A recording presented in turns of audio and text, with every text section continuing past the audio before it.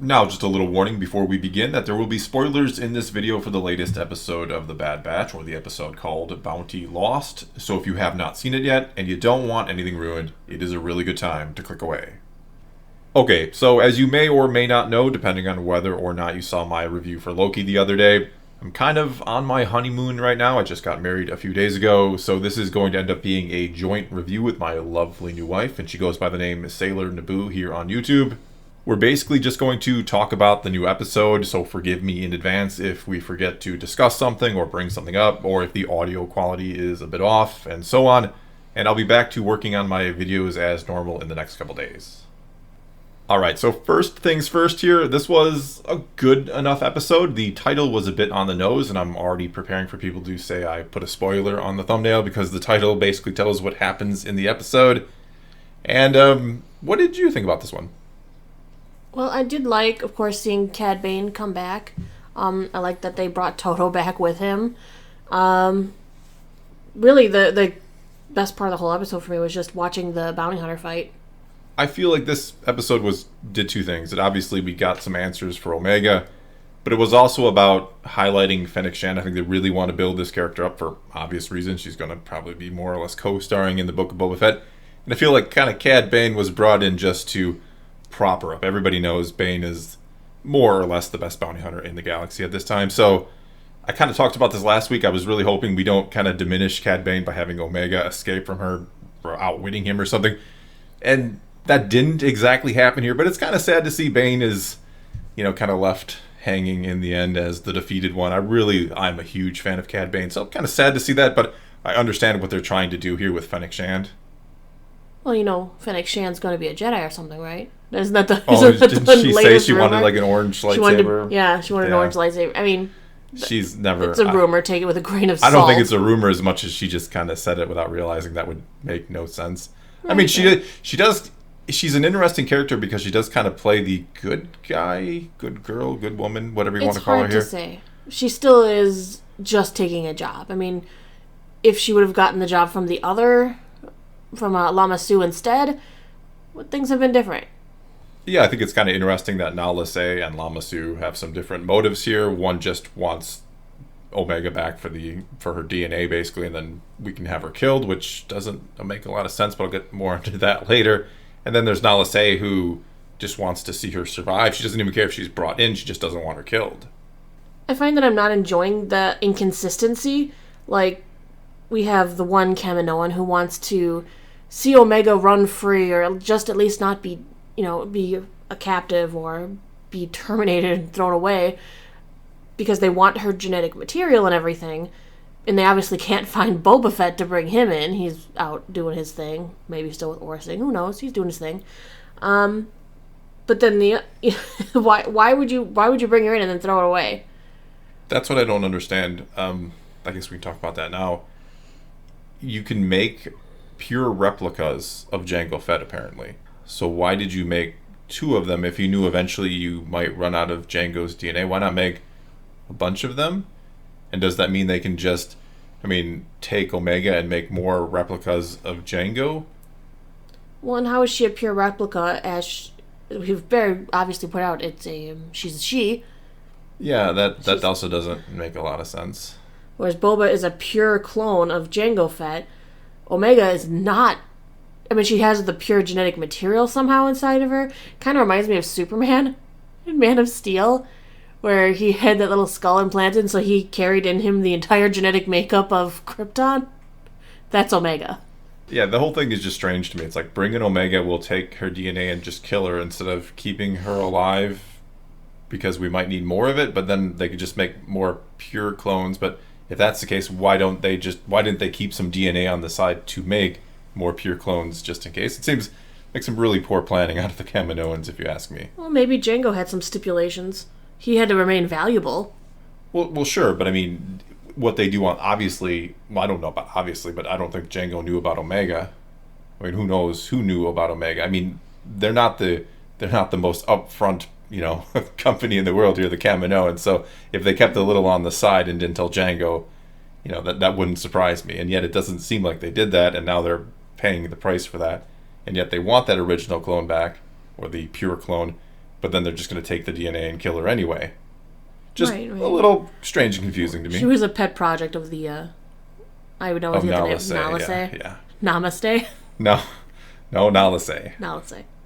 And speaking of Nalase, I'm a little curious if she's okay with Fennec Shan killing Tunwei. That seemed a little strange. I mean, she cares more about Omega than she does this other Kaminoan, which I mean, I guess that's possible, but it's kind of messy now for her, isn't it?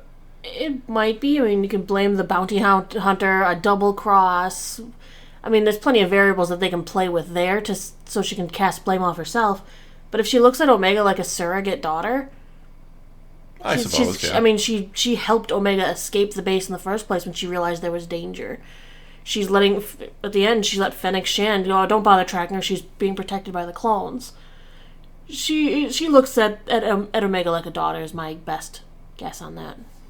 That then kind of brings us to the question of, will Boba Fett look at Omega as a sister at some point? Which is, I mean, apparently that's all she is. I know there's been tons and tons of theories out there about Omega. I thought she was going to be Force sensitive. People thought, man, maybe she's a clone of Palpatine. Maybe she's this, maybe she's that. Turns out she's just a pure clone of Jango, which is a little strange because she seems to not have any of Jango's more aggressive characteristics, which could bring up the whole nature versus nurture question, but let's not go there. I just find it a little odd that she's so innocent and, she's the opposite of Boba Fett. And yet we were kind of led to believe, well, if we don't modify the clones, they're going to turn out like Jango. But she is so far not anything like what I would imagine a young Jango Fett or a young Boba Fett was. I mean, she does have her emotions and gets angry with things or frustrated. True of any human or clone in this case. We have to keep in mind that this has to be a nurture response because she was raised by Nalase. She didn't even get the same computer training enhanced programming the other clones did. I mean, she didn't even know what dirt was, let's be honest. Oh, she aged naturally and everything else too, so. Right, she's being raised more along the lines of a Kaminoan than as a clone trooper. True. I think another interesting question is, I kind of wondered how will Boba Fett react if he finds out about Omega, which I'm sure he will at some point. Could this end up leading to the friendship between Fennec Shan and Boba Fett? That he's going to find out, because I don't think we're done with Fennec Shan. I think she's going to be continually protecting Omega or, intervening when and where needed, perhaps. So I wonder if Boba will find out about this, and that's kind of where the friendship will eventually form between these two. Yeah, I actually really like that idea. To give them backstory together through Omega. Yeah, because I was pretty sure when we saw Fennec Shan in the trailer, we were going to get the story of why her and Boba Fett are down the road going to be basically partners or whatever they are at that point in time during the Book of Boba Fett or Mandalorian time period. So not a whole lot of Bad Batch in this episode. No, not a lot at all, which I'm not upset with. I mean, I'm still more of a fan of the regular clone troopers than I am of the Bad Batch. I don't know if that's just some personal preference, or it could just be because we got to know them over so many seasons of the Clone Wars that I prefer them over the Bad Batch. Yeah, like if they made a Rex and Ahsoka series out of what seems to be going on with those two, I would take that over Bad Batch. Well, if you ask me who my favorite member of the Bad Batch is, I'm going to say Echo every time. Yeah, I can't disagree with that either, but it's by default. I mean, in time, I guess. I mean, actually, of the new ones, I like Hunter the best. He's definitely the most developed of them. I think he's the most interesting. The others... You mean Papa Hunter? Yes. The others kind of fall more into that caricature, mold of, strong guy, smart guy, so on and so forth. It's really Echo and Hunter that I find the most interesting. Well, each of the clones seems to take on their own, familial role with Omega. I mean, you've got Hunter, who's the father figure. Wrecker's like the fun uncle. It's what I described him as Tech last week. Tech is the teacher. Yeah. They have their roles. Echo is just there so far with her. We haven't really seen much between Echo and Omega yet. No, they haven't interacted too much. All right, and I got to bring it up. Did we see the precursor of Snoke in this episode? I hope not. I'm mostly joking, but once again, we have this big, lanky, tall alien. It looked almost like a mutant Kaminoan to me, honestly, with the bigger eyes. Yeah. It's probably just a throwaway thing that they didn't even think about. I don't think it was meant to be any connection to Snoke, but I doubt it. We always got to have a Snoke theory in there somewhere. It's like we're looking for it. Oh, we're at a cloning facility that's abandoned? Snoke's got to be here. Well, I mean, we do have the connection later on. We do have the Mandalorian with that thing that looked like a Snoke, and we have the cloning there and the same kind of things going on. So I it's not going to surprise me the more connections we see between this and the Mandalorian.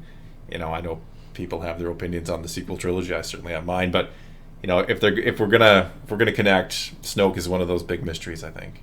One interesting connection is overall in the episode and the series they've been showing that the Empire doesn't really want clone soldiers. So they're trying to find a way to continue to remain viable, to continue to remain useful. The Empire was interested in the Bad Batch, the Clone Force 99, because they were specialized. They had enhanced abilities over the other clones and maybe even over other human soldiers, human recruits you could find. So could that be part of the precursor of making things useful, keeping themselves useful and relevant to the Empire, is creating Snoke, and they're trying to show that they can do cool enhancements and stuff? I think that's a pretty solid theory. I mean, we know that they want to stay relevant to the Empire, and they have to know the Empire is going to only continue to grow and expand and control the galaxy. So it makes sense that they would look for other options besides just making a clone army. Perhaps they try to make Force-sensitive clones at one point. But anyway, I don't have too much more to talk about with this episode. It really was just, like I said, I feel like this one was like, okay, this is what Omega is. She's just a clone of Jango, and let's build up Fennec Shand via kind of using Cad Bane, which was cool. I mean, I always love seeing Cad Bane, and the action was really good. But overall, just another solid episode. Nothing, mind-blowingly amazing, I didn't think. Is Cad Bane your favorite bounty hunter then? Oh, yeah, absolutely. Really? Yeah. Over Embo? Embo is cool, but he's not Cad Bane. Over Lots Razzie? Yes. Which I know that's your thing right there. She's tied with Embo. I really like Embo. I like Embo too. The Yojimbo type look. No, I like Embo. Looks cool. He's cool all around, but Cad Bane. You would pick the lame one. Oh my! You're gonna get some negative comments for saying that one. I guarantee you that. No, Embo fans are going to unite. We'll see. We'll see how it goes in the comments. But anyway, before we start a full-on bounty hunter war, that's all we've got for you this time. Now it's your turn to tell me what you thought of the latest episode of The Bad Batch, or what you thought of what we had to say about it. And if you're interested in hearing more from us, we do have another channel, one we've been meaning to post more to and want to start posting more to. And a link to that is in the description below. Either way, though, do leave a comment below and let's talk some Star Wars. And until next time, thanks for watching.